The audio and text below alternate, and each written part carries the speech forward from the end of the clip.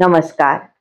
श्री शिवमहापुराण रुद्र संहिता पार्वती खंड अध्याय क्रमांक 26. शिवजींकडून पार्वतीच्या तपश्चर्येची परीक्षा. श्री गणेशाय नमः. ब्रह्मदेव नारदांना म्हणाले, हे मुने, सप्तर्षी निघून गेल्यावर शिवजींनी स्वतः पार्वतीची परीक्षा घेण्याचे ठरवले. त्यांनी वृद्ध ब्राह्मणाचे रूप घेतले.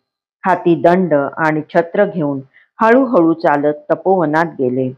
तेथे वेदीवर बसलेली पार्वती चंद्रकलेप्रमाणे शोभत होती.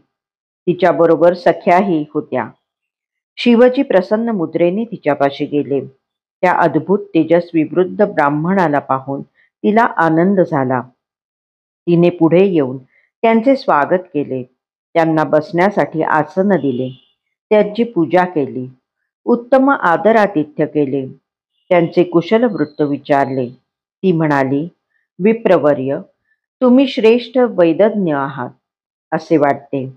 तुमच्या तेजाने हे तपोवन प्रकाशमान झाले आहे. तुम्ही कोण आहात? कोठून आला आहात?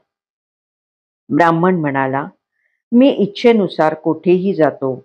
माझे शरीर थकलेले असले तरी मी तपस्वी आहे. दुसऱ्यांना सुख देणारा आणि परोपकारी आहे. तू कोणाची कन्या आहेस? या निर्जन वनात कशासाठी तपश्चर्या करत आहेस?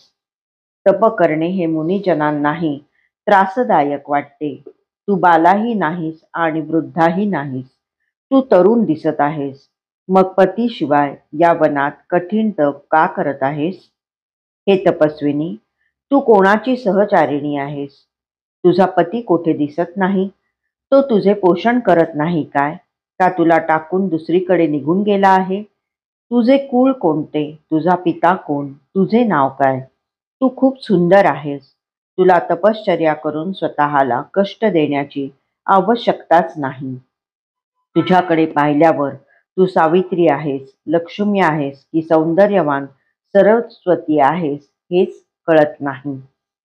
ब्राह्मणाची जिज्ञासा पाहून पार्वती म्हणाली, महाराज, मी सावित्री, लक्ष्मी वा सरस्वती नाही.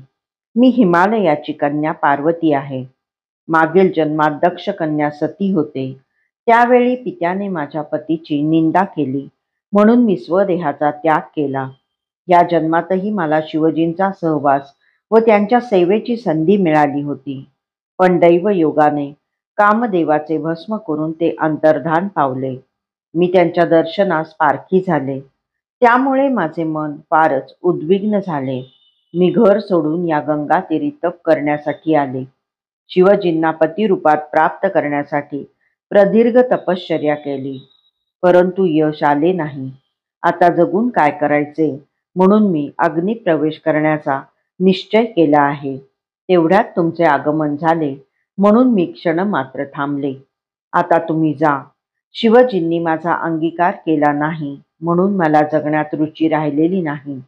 त्यानंतर मी जेव्हा जेव्हा जन्म घेईन तेव्हा तेव्हा शंकरच माझे पती होतील. पार्वतीचे बोलणे ऐकून तो वृद्ध ब्राह्मण थक्कच झाला. त्याने तिला देहदहनापासून परावृत्त करण्याचा आटोकाट प्रयत्न केला. सख्यांनीही तिला परोपरीने विनवले, पण तिने कोणाचेही ऐकले नाही. त्यांच्या समक्षच अग्नीत प्रवेश केला. त्यावेळी शंकराच्या प्रभावाने तो अग्नी चंदनासारखा शीतल झाला. याचे तिला मोठे नवल वाटले. ती अग्नीच्या बाहेर आली तेव्हा ब्राह्मण हसून म्हणाला, भद्रे, तुझ्या तपश्चर्येमुळे काय झाले पहा. अग्नीने तुझे शरीर जळले नाही. ही तुझी तपश्चर्येची सफलता आहे.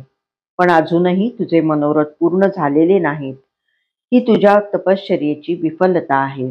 मी सर्वांना आनंद देणारा आहे. सर्वांचे प्रिय करणारा आहे. माझ्या मनात तुझ्याविषयी आपुलकी निर्माण झाली आहे. म्हणून तू तुझ्या मनात जे काही असेल ते स्पष्ट सांग. काहीही लपवून ठेवू नकोस. तू अन्य कोणत्याही कारणासाठी तप करत असशील तर अवश्य कर. माझे काहीही म्हणणे नाही. पण तू शिवप्राप्तीच्या उद्देशाने तप करत असशील तर तुझे वागणे हातातले रत्न सोडून काचमण्याच्या मागे धावण्यासारखे आहे. हेच मी सांगेन. जे साध्य होणारच नाही ते साध्य करण्यासाठी तू व्यर्थ खटाटोप करत आहेस. आपले सौंदर्य उगीच खराब करून घेत आहेस. उत्तमोत्तम वस्त्रांऐवजी हे मृगचर्म धारण करत आहेस. हे काही योग्य वाटत नाही. ब्राह्मणाचे बोलणे ऐकून पार्वतीने आपल्या सखीला बोलण्यास सांगितले. तेव्हा विजया म्हणाली, महाराज, मी तुम्हाला पार्वतीचे चरित्र सांगते. हिच्या तपश्चर्येचे कारणही सांगते. ही आमची सखी गिरिराज हिमालयाची कन्या आहे. पार्वती व काली या नावांनी प्रसिद्ध आहे. अजून हिचा विवाह झालेला नाही. शंकरांशिवाय दुसऱ्या कोणाशी विवाह करण्याची हिची इच्छा नाही. तेच पती म्हणून लाभावेत म्हणून हिने तपश्चर्या आरंभली आहे. 3000 वर्षापासून तळमळीने तप करत आहे. या अवधीत हिने लावलेले वृक्ष मोठे झाले. अनेक वेळा फळाफुलांनी बहरले. मग नारदांच्या उपदेशाने हिने आरंभ केलेली तपश्चर्या सफल नाही होणार का? विजवर्य, तुम्ही जे विचारले ते मी तुम्हाला सांगितले. या व्यतिरिक्त आणखी काय सांगू? त्यावर ब्राह्मण हसून म्हणाला, मुली, तू खरंच बोलत आहेस की माझी थट्टा करत आहेस?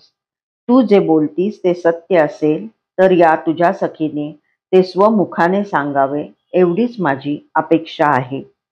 अध्याय 26 समाप्त.